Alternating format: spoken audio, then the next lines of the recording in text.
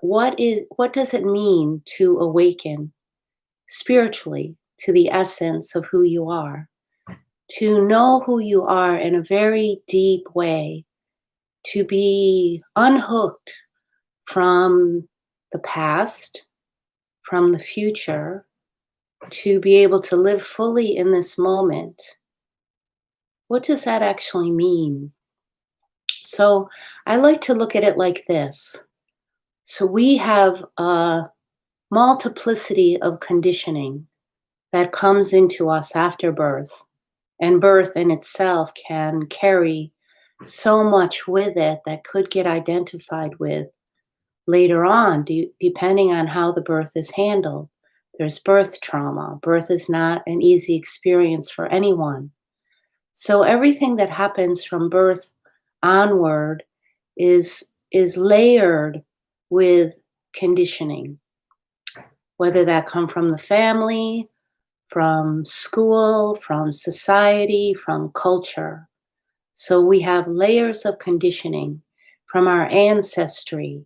You know, it's been through studies shown that we don't just carry what is in this life, but we also carry our lineage with us, biological and their past, whether it be, well, as we know, for many, there is a line of trauma, of suffering. So that is often, because we don't know anything different, identified with as who I am. And the life kind of revolves around these identities. And with that, when we're very identified to the past, we're often trying to move away from our present experience and jump into the future. So the past is over and the future hasn't quite come yet. But when we're identified with conditioning, which is from memory and stored in the mind, we loop around these stories of conditioning as identities. And they become our frame of reference in which we perceive life through. So what happens when a spiritual awakening, this identity, this frame of reference shifts, it's fractured, it opens up. And that can happen for people in many different ways. People will often come onto a spiritual search because of some profound suffering, and they just don't want to suffer anymore. And they may take up a different kind of spiritual practice, find a teacher, find a teaching, live in an ashram, a monastery, do all kinds of things, especially in the past. But now, these days, in our modern culture, we have many spiritual teachings available to us all the time. They're just a download away, a YouTube away. They're everywhere. So there's spiritual teachings available. But to understand a teaching only conceptually and to carry that teaching in the mind is not an awakening.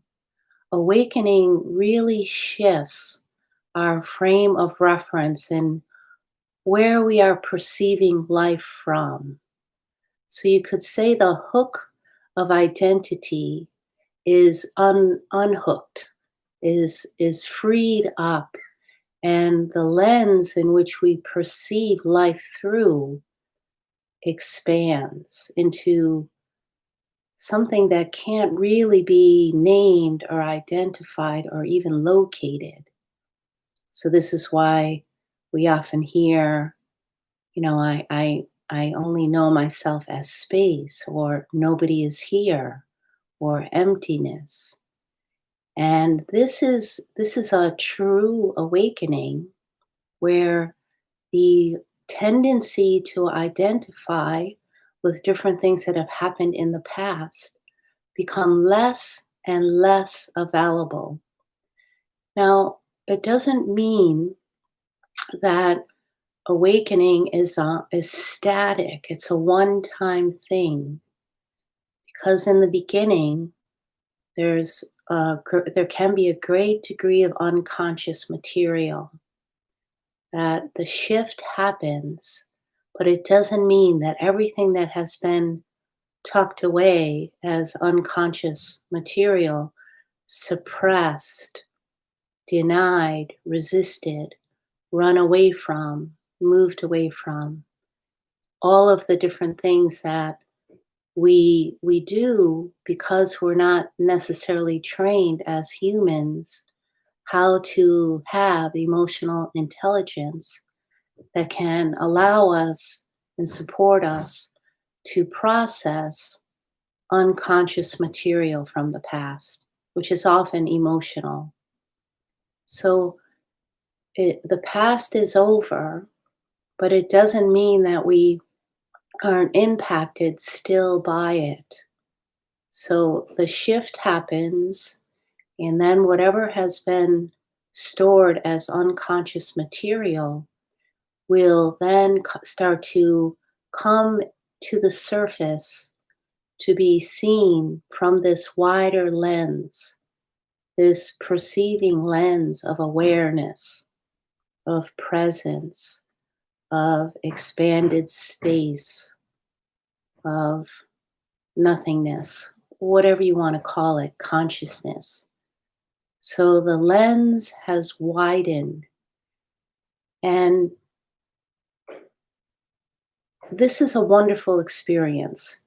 Now, I want to get to the point of what does this mean for people who might posture themselves in a blissful state at all times. And well, if that's the case, then that could be interpreted as awakening means that there is no longer challenge or suffering. So, as awakening matures, what we come to find out is that awakening includes the entire human experience. It doesn't make us less human, not at all. And if we're posturing ourselves in a place that isn't including the entire field of humanity, then it might mean that there's a what's often called a spiritual bypass happening. And there, in order to stay in a particular posture, a posturing of perhaps feeling that you're not touched by human experience anymore, it might be that something still needs to be seen, met, and felt in groups. So, this is life. Life has inherent within it challenge.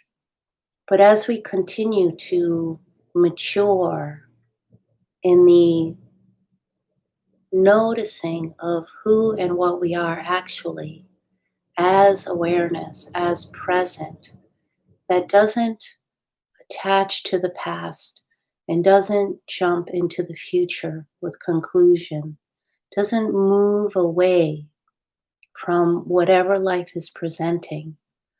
There is a capacity to remain with what is exactly as it is without offering resistance.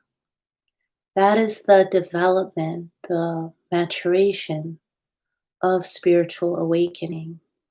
So when we're not offering any resistance, there isn't suffering. There may still be many feelings, and also those feelings aren't resisted.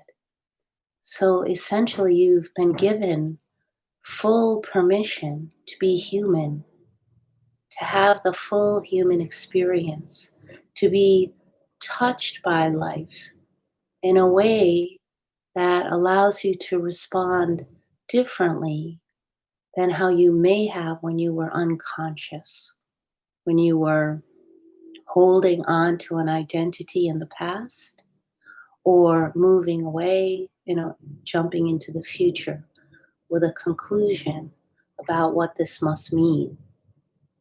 So, a lot of our suffering revolves around what we're identifying with. So if we're identifying with something and saying, this should not be happening, this should never happen, this is wrong, that is the domain of duality.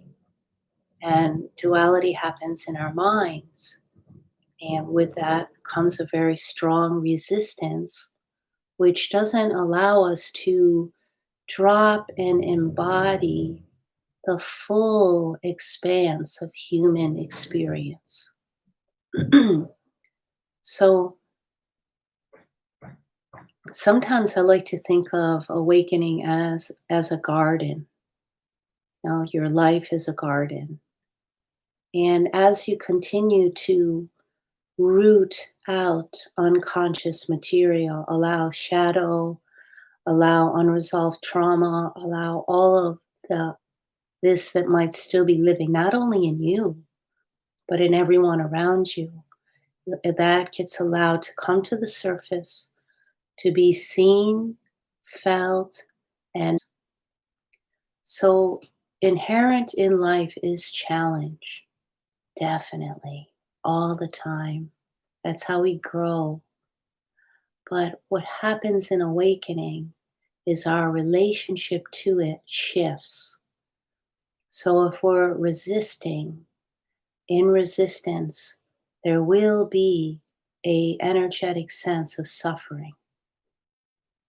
It doesn't mean that there won't be pain, because pain is inherent in the physical body. You fall down, you break an arm or break a leg, that's painful.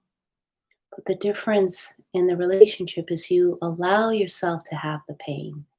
You allow yourself to get the care that is needed. You're not pretending to be someone who is beyond the need of care. That is never the case.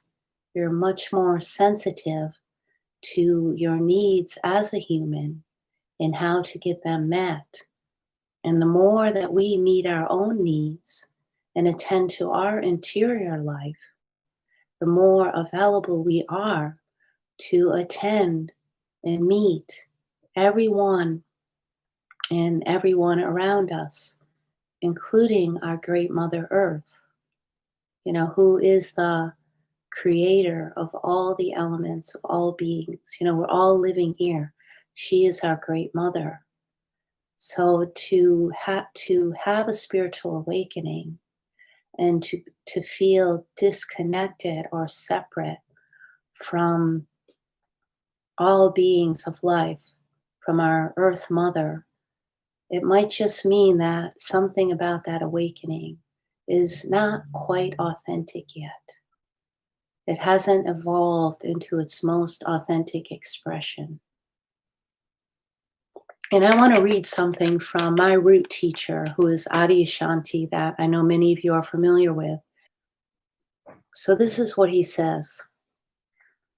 While the world is trying to solve its problems and everyone around you is engaged in the same, you're not.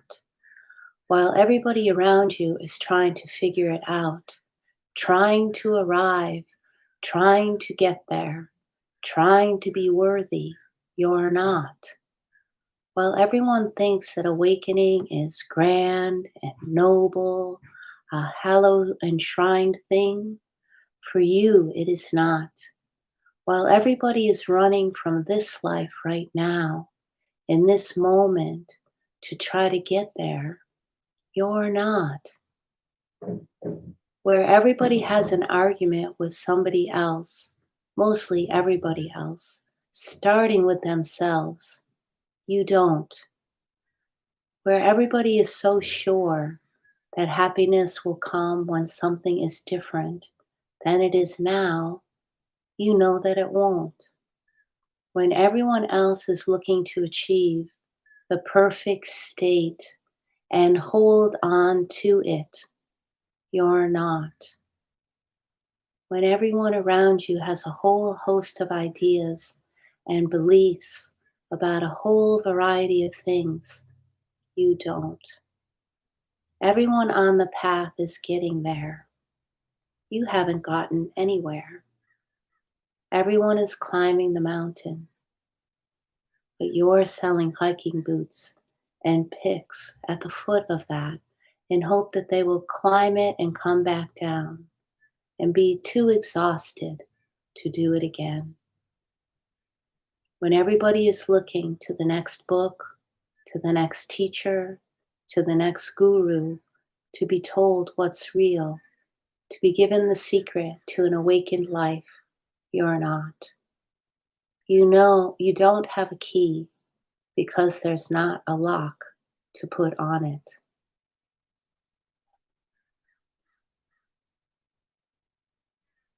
So that's something to let yourself digest. And that is the shift of awakening from identifying with all of these ideas that there's a place to arrive to and that it's static, and then you can hold on to it and be untouched by human experience. No, awakening is fully grounded in the full array of human experience. You're no longer resisting. You're no longer holding yourself in a posture with a role, with a better than, with a less than, with a more worthy, with a less worthy, with a should not have, with a should have. Life is just life. It's just exactly as it is. And you are able to be with life as exactly as it is without effort. Because what else could there be? So I do indeed hope that that is helpful. And my wish for you is to like, share, comment, subscribe. I love you all, and I really wish for you to just let yourself be exactly as you are. You're already enough. You are already enough. And everything about you is welcome. Let everything come home to you. There is no other.